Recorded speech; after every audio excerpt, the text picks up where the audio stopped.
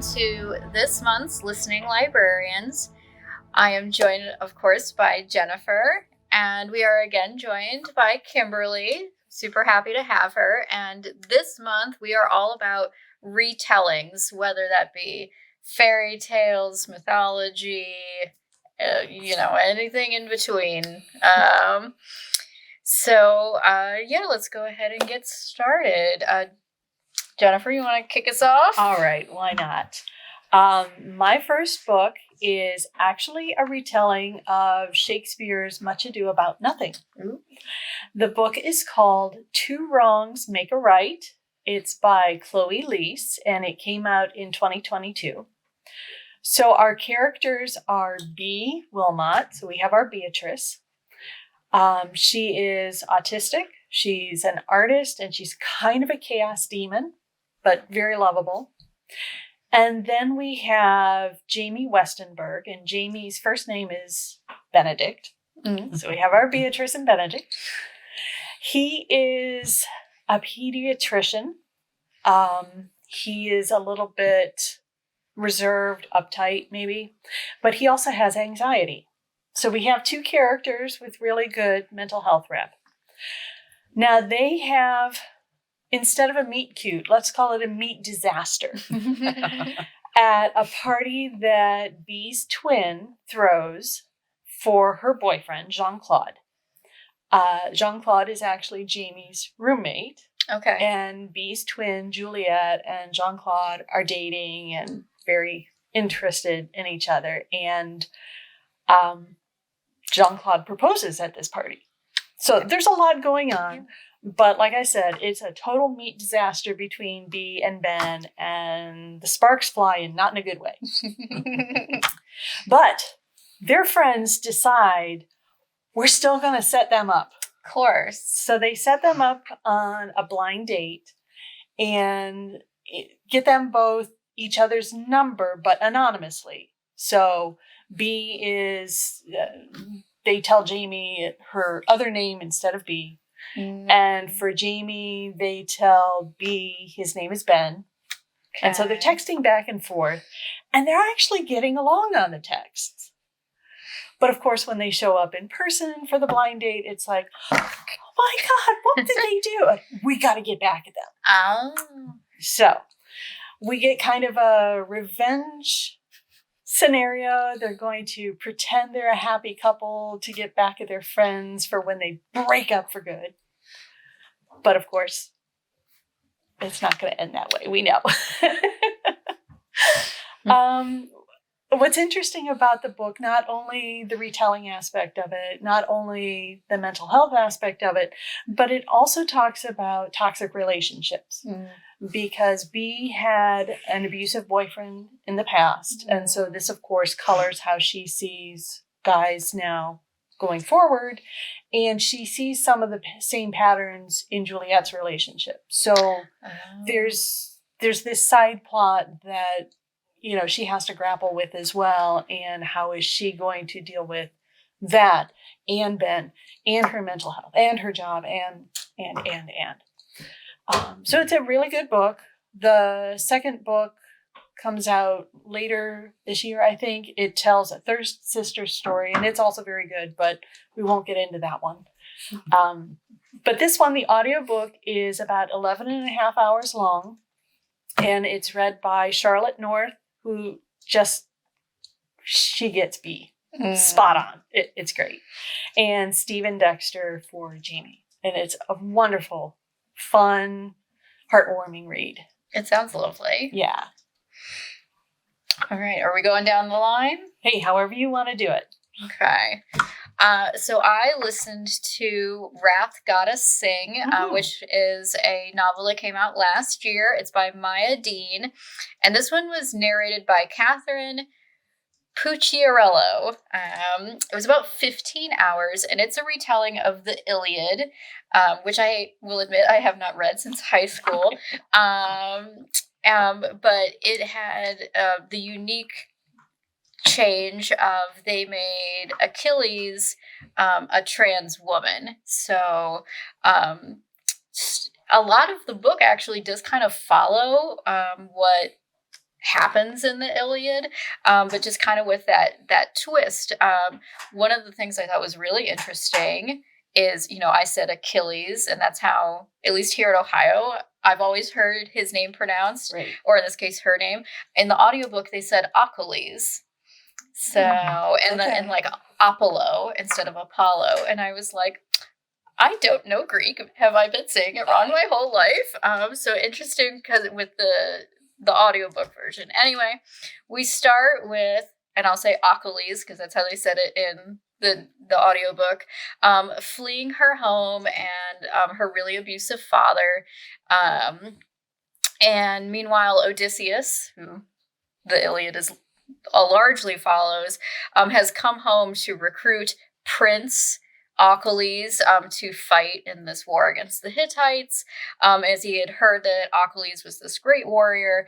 But they meet and she kind of declares, I would rather die than fight as a man.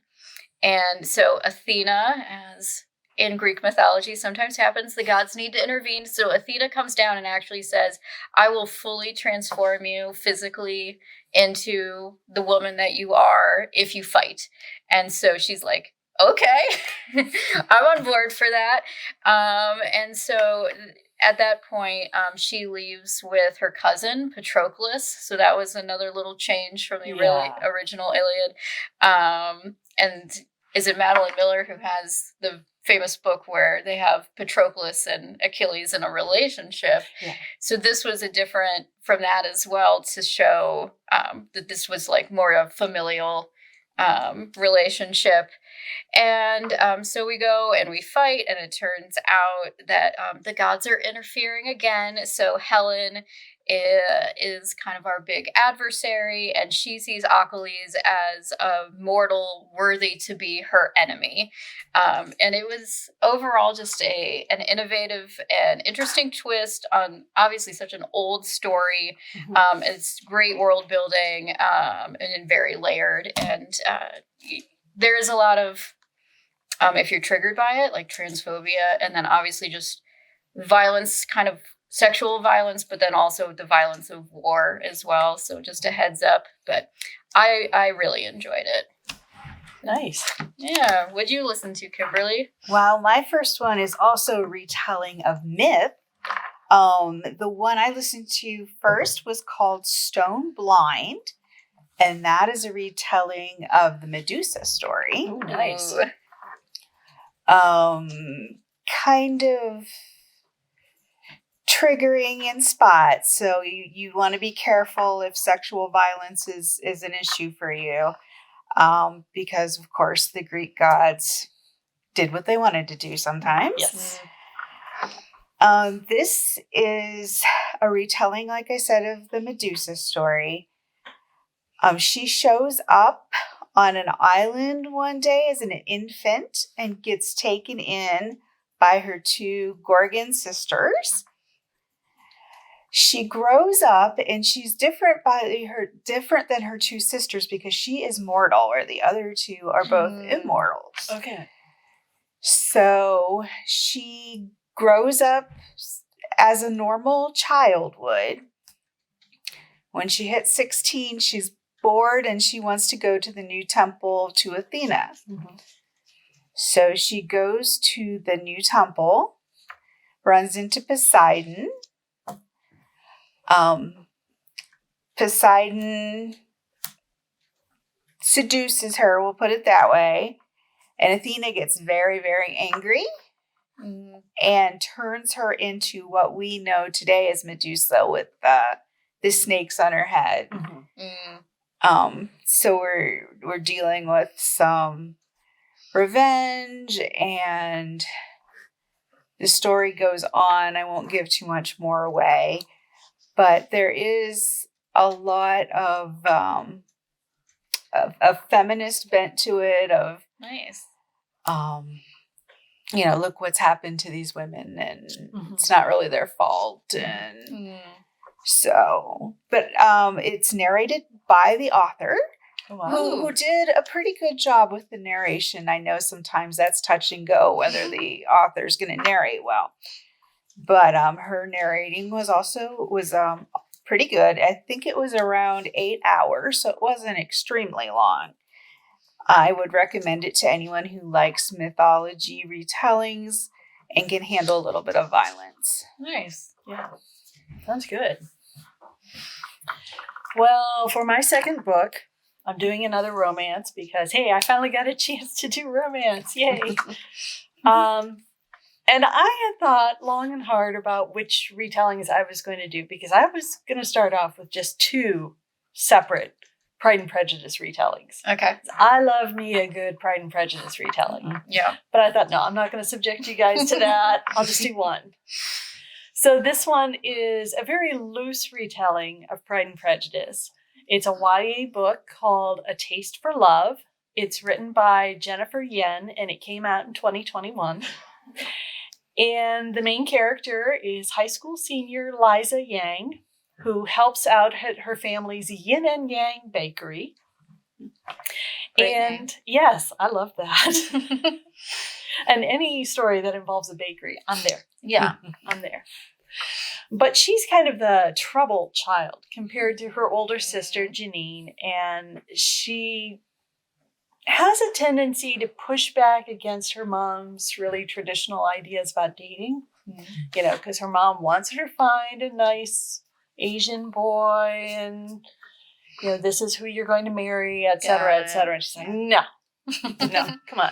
I got a lot more going on in life. She really loves baking.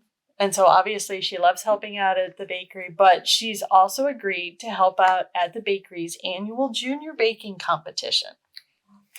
Now, on day 1, she realizes her mom has set her up because all of the contestants are Asian American young men.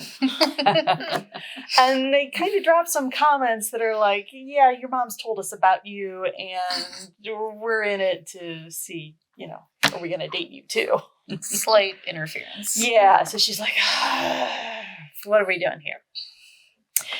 And it ends up she is very grudgingly attracted to the annoying but hot James Wong, who is our Darcy character. Okay. And yes, of course, there's a lot of the back and forth. There is a Wickham-ish character thrown into the mix for a subplot. Like I said, it's a loose retelling. You kind of have to stretch in a few places, but it's a really fun one for teens, especially ones who are foodies. Yay. And it comes in at about 9 hours. It's read by Josephine Huang, and she's really, really good at conveying that teen attitude. You know, the smart mouth, the wit, the kind of exasperated with mom thing. And it's fun. It's a lot of fun to read. There's a second book. I can't remember exactly what the title is. I think it might be Decoding Love or it's Decoding something, and it's an Emma retelling. Okay. And it's James's sister back in their hometown, and she's developing basically a friend app. Okay. So tying into the whole Emma thing there. Yeah, fun. But I won't go into that one any further. It's nice to know if you like Austen, here's 2 books that would go well. How about you for your second one? So I also did a teen book. I listened to Cinderella is Dead by Kalynn Bayron. It came out in 2020, and it was narrated by Bonnie Turpin, who has done so many, and she's so good, especially, again, at like those teen voices. It comes in at about 11 hours. Now, it's not quite a traditional retelling.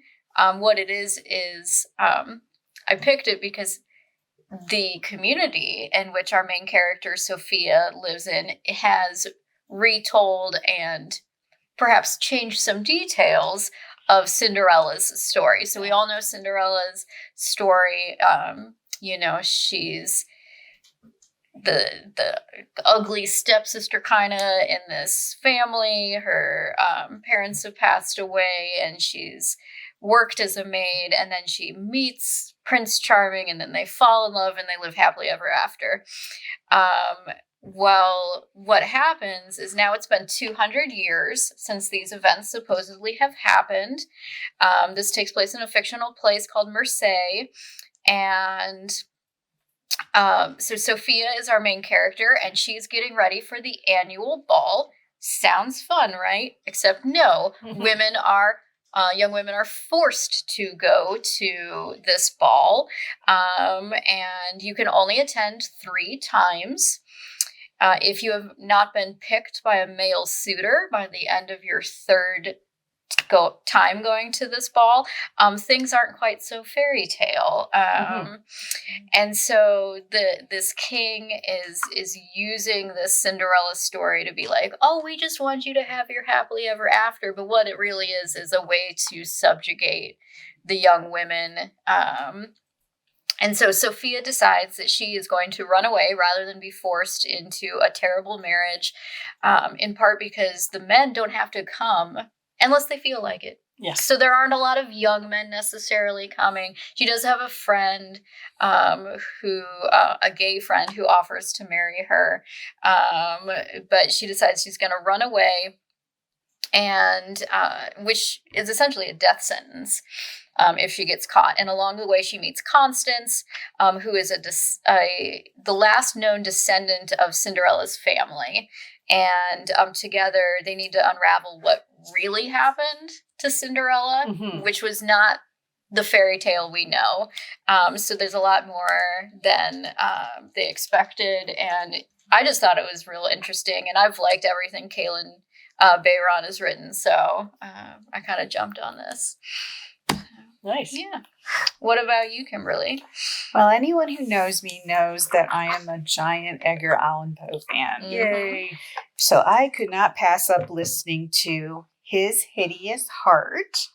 It's edited by Dahlia Adler. And what this is Edgar Allan Poe's stories and poems retold. Some of them are close, some of them are just very loosely retold. Just to give you an example, and each author talks about and reads their own story. Okay. So some of them are better narrators than others, you know how that goes. But my favorite one is The Raven, done in blackout poetry by Amanda Lovelace, who is a fairly well-known poet. And she uses blackout to create a whole new poem that still has the same kind of feeling as The Raven. But that was definitely my favorite. There are retellings of Poe's big stories like Fall of the House of Usher and Pit and the Pendulum, and it's fun. And the other part that's fun is that after you have the retellings, they have the actual stories themselves. Oh, nice. So you can enjoy them both. Okay. It is geared for teens, but adults would love it as well. If you have any interest in Edgar Allan Poe, I would give it a shot. That's Nice. His Hideous Heart. His Hideous Heart. Okay. Have to remember that for Halloween. Yeah, his stories were always a little on the creepy side for me, but the right time of year, I think they'd hit just right.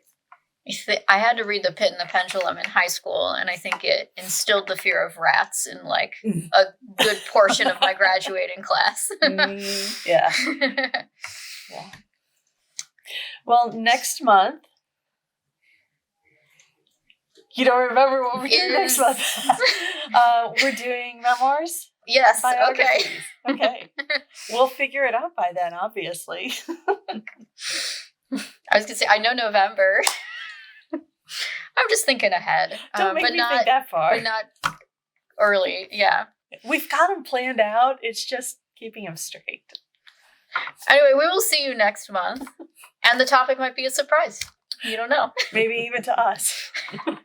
Thanks for joining us. Bye.